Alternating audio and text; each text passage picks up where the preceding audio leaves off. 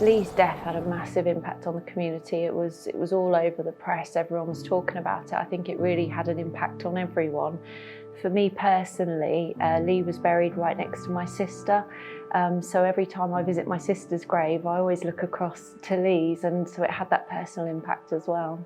I remember the journalists rushing down, saying, we've got to interrupt the show, we've got to do some news, and then to hear some tragic news like that so close to home, I do remember it, and also I remember it well because it was around the time of my birthday, and I've got young children, or they were young then, and you can't help but think, you know, how terrible that was for me, because when you're a parent yourself, you think of those young children, what it must have been like for them as well. I think I worked on the front page about Lee and his death in 2009, and it really did bring it home. It was a time when a lot of the news was full of people being killed in Afghanistan. I think in the end there was 440, something like that, lost their lives there. 2009, when Facebook and social media was very, very primitive back then, and people were using it literally just to update and tell the world what they were having for tea, I remember being so overwhelmed by my first experience of watching and feeling a community come together. It was terribly tragic and very sad. I remember Nicky starting Scotty's Little Soldiers because obviously we still had the funeral of Lee in our minds, I guess. You know, it was covered everywhere locally, and I remember seeing and hearing that the charity had been started and thinking what a brilliant idea it was. And I'm surprised nobody had ever done it before. I just can't imagine how traumatic that must be for a child to lose their parents, and for Nicky to have found the strength and the vision and the courage to have set up something in the most probably traumatic period of her life, and to do something to not only help her children but so many other children in that same situation. I just find that so inspiring. I think one of the first events was a cycle ride, I think, from Lynn down to Tidworth, wherever it was then based. And then, of course, quite soon after, in my mind it seems very soon after, but I'm not sure the dates, it came to be based in Lynn. I'm sure it was based in Lynn. And certainly it was based in Lynn by the time, 2 or 3 years down the line, when it's probably had its first really big national exposure, when it was at the Millies, which was on ITV. I remember that very well. Nicky, what a pleasure to give you this award. What's amazing is when you think of those families around the country that have paid the ultimate price, but you stood up on your own, getting the kids laughing again. This is a really important award for a very special person. Congratulations. Well done. And we all knew it was going to happen because obviously there'd been a lot of publicity beforehand. We were talking about it on KLFM. We were enticing people to sit down and watch it.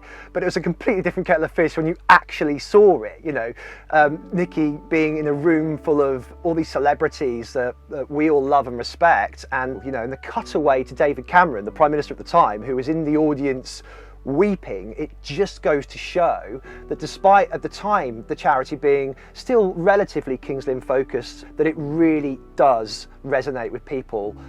Whenever it's children that are involved, I think it really pulls on people's heartstrings. And when it comes down to the children that can be left behind by casualties on the battlefield, I think it just, anybody who's a parent, you know, if you've got kids, you can't imagine what they go through.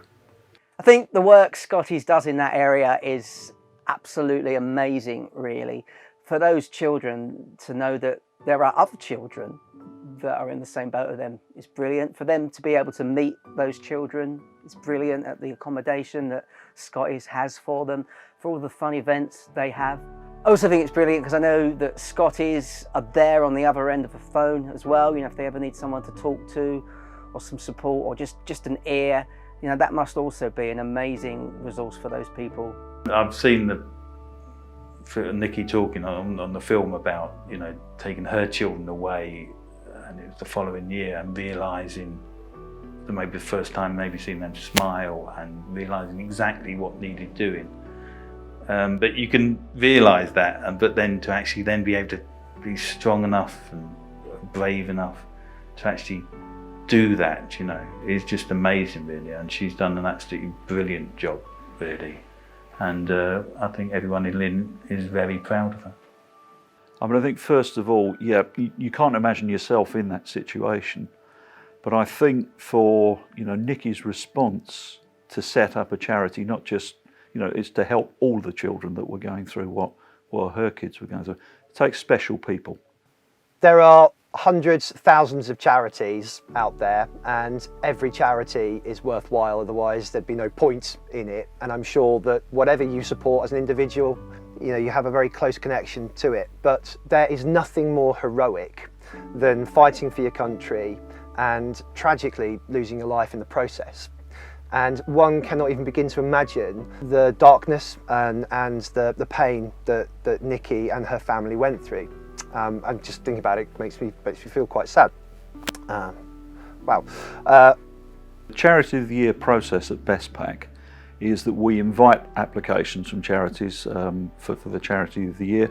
We also get nominations from within the workforce that we have. And we have about 800 people work for BestPac, and you know, we know that we're one of the larger employees in the Kings Lynn area. And the winner of the vote for 2018-19 was Scotty's Little Soldiers. With Kale magazine having our 10-year anniversary this year, I just couldn't think of a more fitting local charity to make our Charity of the Year. We had a team meeting which we discussed, as we do every year, which charities we're going to support. We try and support as many as we can. So what we try and do is support a lot of charities in a little way, but we felt we wanted to do something a little bit special this year. We knew that it was Scotty's 10th anniversary, and you know, we had a kind of a vote around the table, and it was unanimous that we were going to choose Scotty's Little Soldiers as our Charity of the Year. We, coming more up to date, we had this front page, which was from last November, when they were at the Cenotaph for the first time, and I think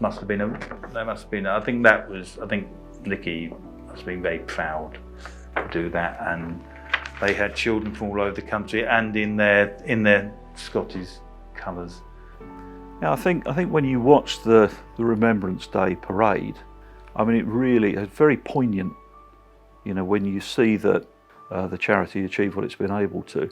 But that level of recognition, and I think that the emotional pull that you get when you see effectively children parading in place of their parents who aren't there and who aren't able to be there, it's a really good reminder of, you know, why the charity is there in the first place. Although all of these people have heard of them, there are still families out there that maybe don't have Scotty's on their radar.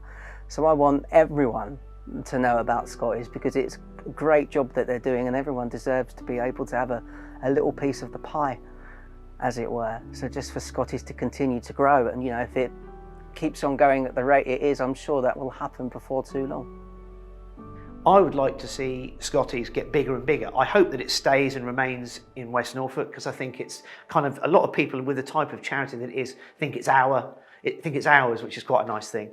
But I hope that it grows and grows and grows. It's magnificent, the work that Scotty's have done in the last 10 years, with the celebrity endorsements, royal endorsements, etc. You know, I just hope that we can try and get it even bigger here in West Norfolk, but make sure that it gets a national name.